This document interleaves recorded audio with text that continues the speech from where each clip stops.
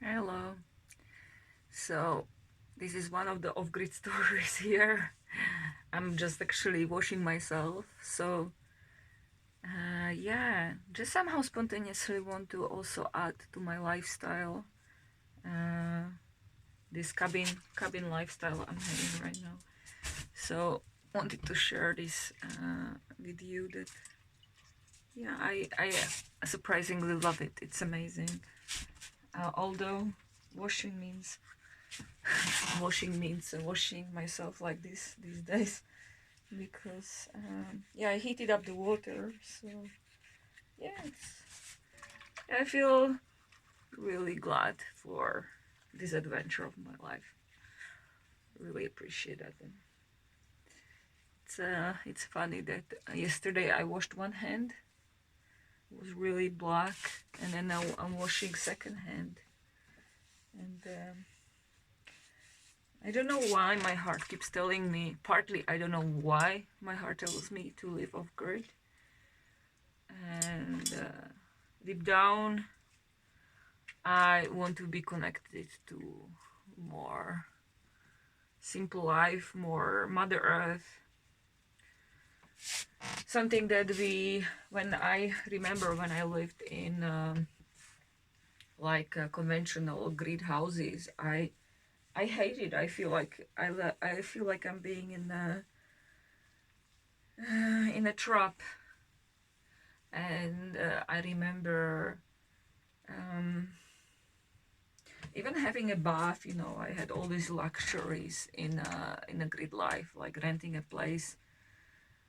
Even a couple of years ago, well, after I ruined my finances, I lived in UK, and I was on benefits, but I still somehow loved myself enough to go and have a bath, like even every day.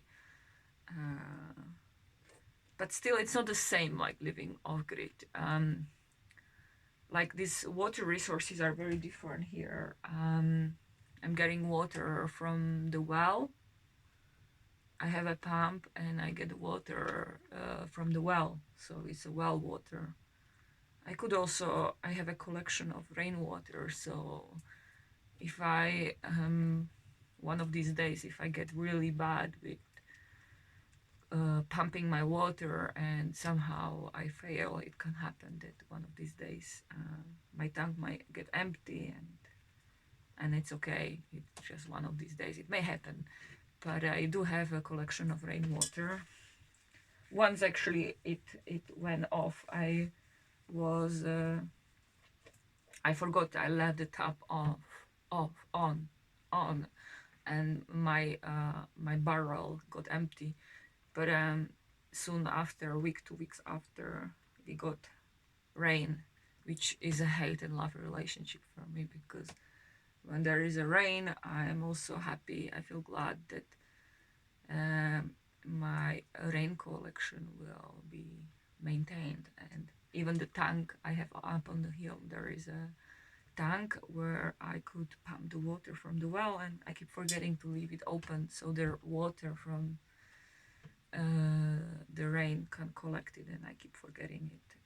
But it's always learning. This is part of the learning, that whenever there are things that I'm bearing in mind, so I live very closely with my like inner knowing what's needed next, like collection of the wood. And yeah, so yeah, I just spontaneously decided to make this video, being encouraged by some YouTubers. I joined a group of people who are awakening and on their path of finding a soul purpose and doing life, living life they want, and how it's important to continue with either posting something about your lifestyle or whatever you're passionate about. And I find myself very passionate about, actually, more than I thought, about of grid life. At some point I thought I'm gonna quit, because yeah, somehow it felt like, yeah. And then I realized, yeah, the experience is like year to 2 years in Portugal of grid living, even paying or volunteering, paying rent or volunteering. And yeah, there was a time I was traveling as a volunteer, and I was also living in grid places, so not fully off grid, not always. And yeah, I don't know why this crossed my head that, oh my god, off grid space again. I was praying for a beautiful house sitting space spot, and I asked myself like this question I use for the self love: what would someone who loved themselves do? And is it self loving to accept this offer to go there? And I ask myself also other questions like if it's empowering for me, if this choice is coming from my gut feeling. And the answers were yes, so I came and I got blessings, which I really, really prayed for, and that means that I'm staying here for like more than 5 months, which was really needed. I realized that I don't want a nomadic life in this intensity anymore. I hate part of this, some parts of it. I love the miracles, the magic that happens, the growth. I love that. Now, for example, I've been traveling by myself without my partner for 3 months. I was literally kicked out from one community. It became one of my patterns. I get asked to leave some places, which is another story. There is also, sometimes something people don't like about me. Either, yeah, too authentic. She doesn't work too many hours. She's lazy. She doesn't want to work too many hours. And all these judgments people have about me, and uh, it's misfit. I am literally many times a misfit for certain projects which I actually love.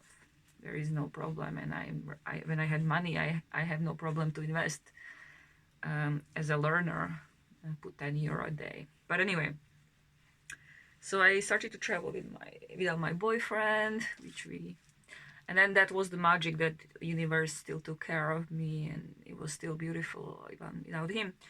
But yeah, the hate is coming because the dislike is because of this. I let's put the hate in different ways.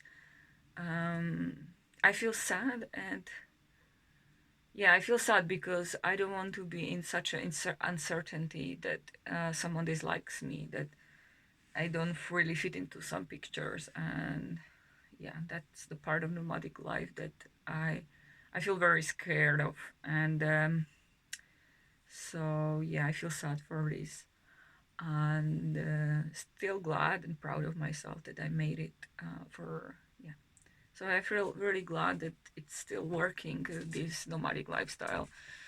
Yeah, and scared and glad that, yeah, scared because and then glad because it's still somehow, yeah, my hope is for the life purpose to somehow come to me, and there is a certain vision I have about starting more sacred ceremonies.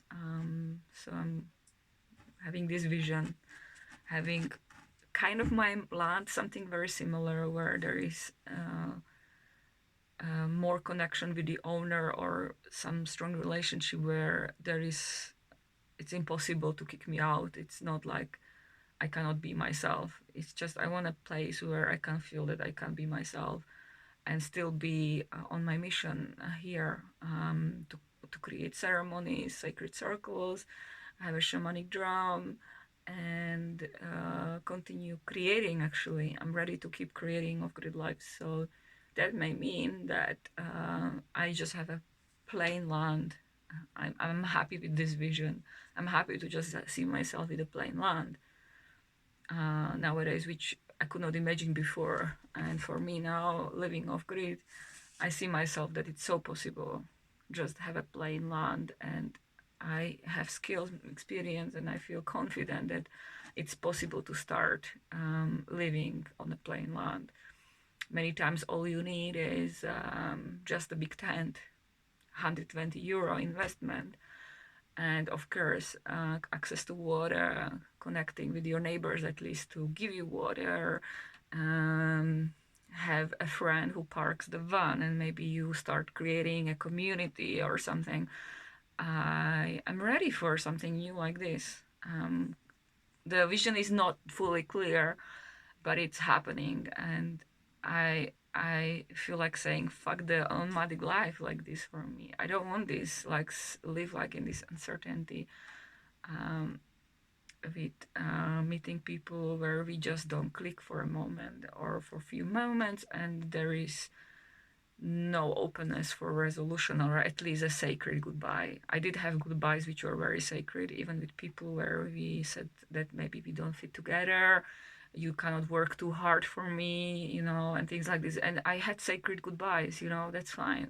We don't fit in, and we do say goodbye. And I feel I've done it like every time there was this collision with the owner or something. We managed to kiss on the cheek, we managed to hug, and there was even a moment where I felt like I wanted to even revenge and leave even earlier because there were a group of girls and they said, oh, there is something weird going on. And they also wanted to show me support, so they went, and I went with them. But I really felt like staying one more day longer with the owner, because no matter the challenges, it's just the layers we are reaching and we trigger each other. And I'm not a follower listener in a full sense. I can listen, but yeah, it's a whole complex with me being in this kind of slavery connection, and who knows how I will be when I'm an owner of the land. But I definitely want to be more open, and I have enough of experience. So anyway, it's one of my dreams. I want to embrace being an owner of the land, and step out of the patriarchy. Part of the group where we practice how it feels to be out of the patriarchy mindset, and it's called possibility management. Maybe you heard of them. They do trainings all over the world, expand the box, and actually what they teach and what I'm learning basically is creating a new culture called archiarchy. It's no more the mother like we used to have thousands of years ago, no more the father, the man figure, but it's the archiarchy. It's something completely new. There is a new way of hierarchy. It's very organic. Whoever is in their full power just leads. It doesn't mean that it's firm. It doesn't mean and it's stagnant like in the classical society we see. You are the manager, and it's something really off about a hierarchy we've learned so far. It's not so juicy. It's really rigid. It has a lot of rules. It makes you crazy. It makes you sad. Yeah, it's like not so flexible. And then the new way how in what I'm learning and we are practicing and we are somehow part of this energy field is archiarchy. It's something new basically.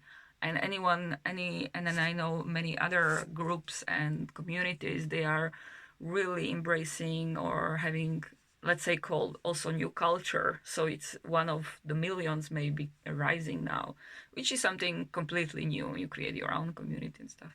But anyway, so I want to be part of something new, and I will stay different. I committed too much, and I want to embrace my difference. And I told myself somehow that probably I'm even ready to live in the forest if it's meant to be the part of this challenge. And part of me don't want to. I want to keep catching the highest timeline for myself and jump into a new timeline. And that's what I'm practicing and now working on. Envision the highest timeline I could access and be brave enough to find it and jump in there, that it exists, that I don't have to keep playing small. Sorry. And then thinking that I need to be homeless on the street, and then okay, if I have this side of me, just instead of being scared that it's gonna manifest, which might, okay, I'm ready for it, but it's more like I'm also practicing this presence, that I'm present with this side of me who is so scared. And the presence is something that I want to manifest and focus on, like so many spiritual teachers who tell you that too much focus and attention creates it.